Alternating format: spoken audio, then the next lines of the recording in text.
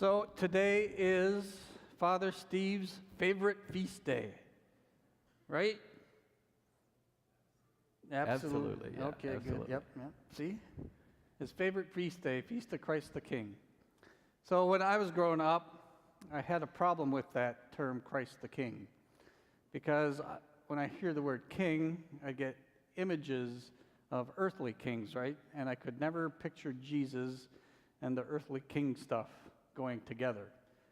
So that kind of bothered me. So what are some of the images we get when we hear the word king? What's an image you get? Jewels. What about you, Rafi, when you hear the word king? Robes, fancy clothes. What about when you hear the word king, what do you think of? Maybe, let's see here, a palace. A palace. He lives in a palace, and he's got fancy clothes, and he's got jewels. What else? When you hear the word king? Fancy clothes or crowns? Crowns. Okay, he's got a crown. Okay, come here in the back where all you people think you're safe. When you hear the word king, what do you think of? A throne. So we got a throne, we got jewels. What? Huh? LeBron James, give me a break.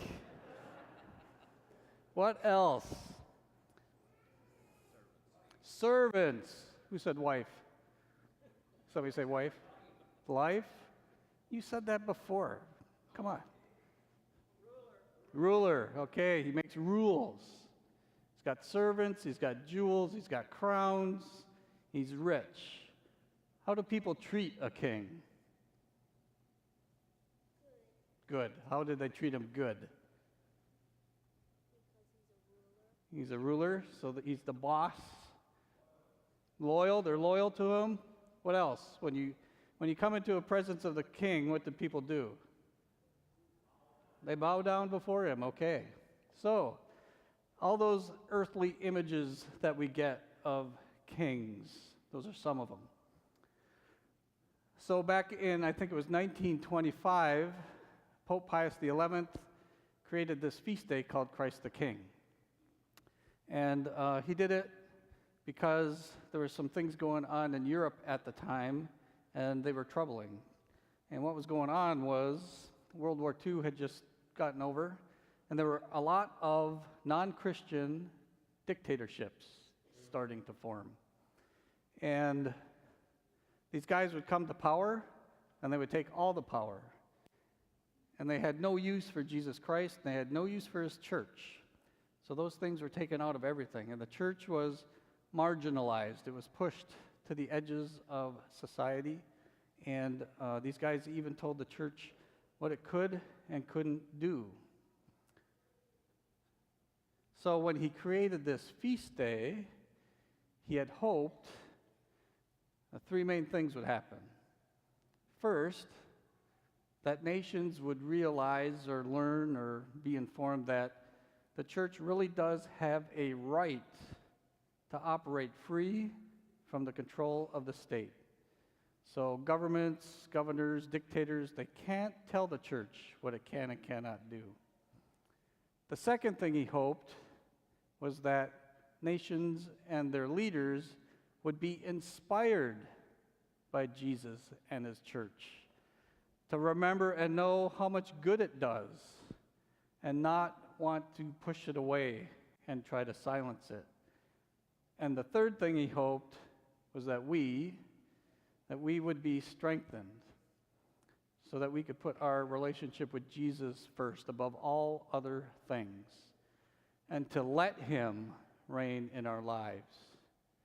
We have control over that. We let him reign in our lives and not let politicians and people in the news and sports teams and our wealth and Facebook rule in our lives, but let Jesus rule in our lives. And he also hoped that we would get courage to take Jesus from the church out into the streets and to help lead back the people who have been away from him and the church for a while. So that's what he was hoping would happen. And the reason that's important is because only when Jesus reigns in our lives can we live full and joyful lives, free from fear and free from anxiety. And that's important because those two things are what the world uses to try to control us, fear and anxiety. And if Jesus reigns in our life, we can be free of those. But you know what? I think the images of earthly kings that we just heard, I think those still get in our way.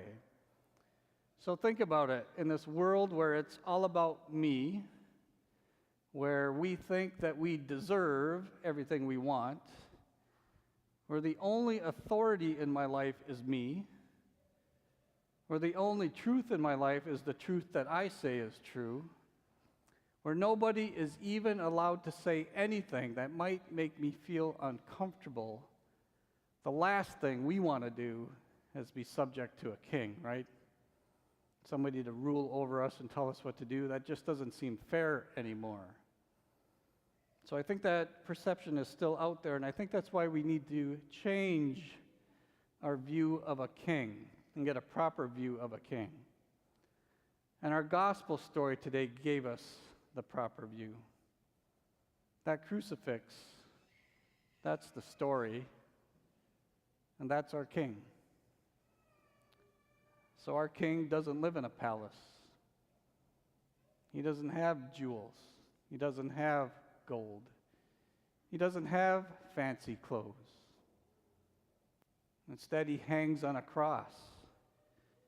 And he's naked, and he's broken, and he's beaten, and he's bleeding, and he's dying.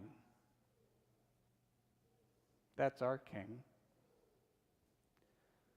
So what I want you to do now is I want you to put yourself in that gospel scene, in that story. We're going to use that imagination that we talked about a couple weekends ago. So you can close your eyes and just listen, or you can focus on the crucifix, whatever you want. But you will be there. So you are there. And you're walking to where Jesus is because you've heard what they've done to him. And on your way, you hear the names that they're calling him. You hear what they're saying about him. How does that make you feel? Do you want to just jump up and punch him? Does it make you feel mad, what they're saying about that man? So you're getting closer to where he is now, and for some reason you're looking down at the ground, noticing the path that you're walking on. And it's dirt. And as you get closer, you see that there's something in the dirt mixed with the sand and the stones, and you realize it's blood.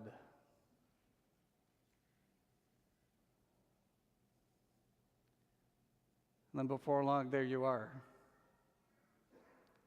standing there where Jesus is, where he's hanging. And you are so overcome with emotion, with hatred, with anger, with sadness, with sorrow, whatever it is, that you can't even stand up anymore. And you just fall. You just fall at the foot of the cross, and you weep.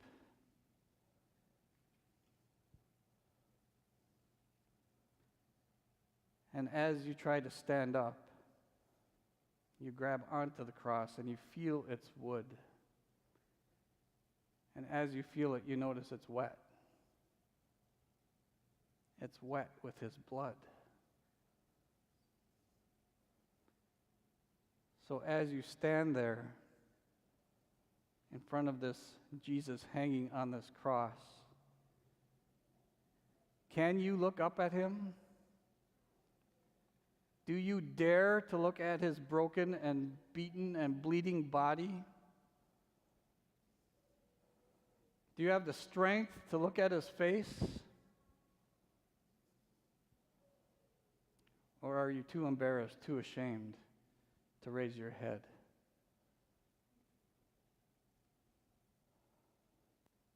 And as you stand there in front of him, this man that's dying, and you realize for the first time everything he's going through right now, everything he's doing, it's just for you.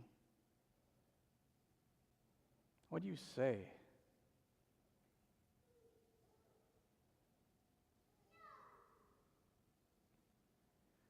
And you can tell by his breathing that the end is near.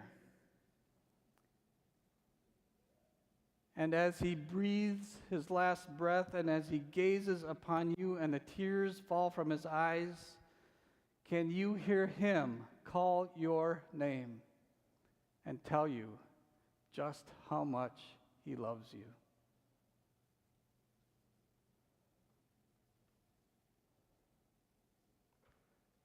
That is our King.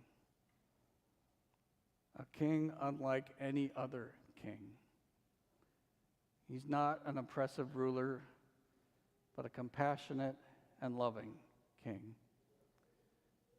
A king whose love for us is so amazing that he would die for us. So amazing that he would conquer death for us. So amazing that he would rise so his spirit can be in us. And that's why we can be free. We can be free from the powers of sin. We can be free from fear. We can be free from anxiety. We can be free to live full and joyful lives. So would you let that king reign in your life? Would you serve that king? Would you take his kingdom out into the world, wherever it is you go tonight after you leave here? Would you pray for somebody who's been away from the church for a while? Would you be willing to get involved in their life?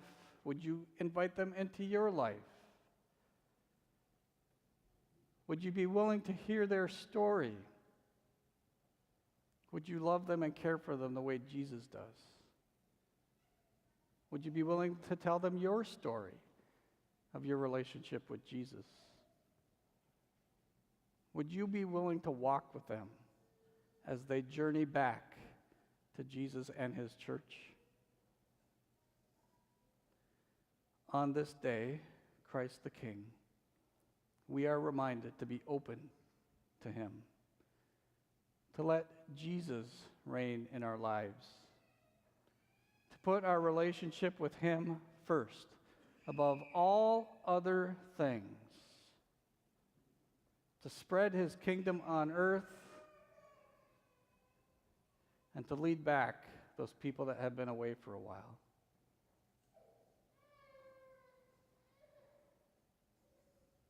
So on this night, we raise our voices to worship you, Jesus, our King.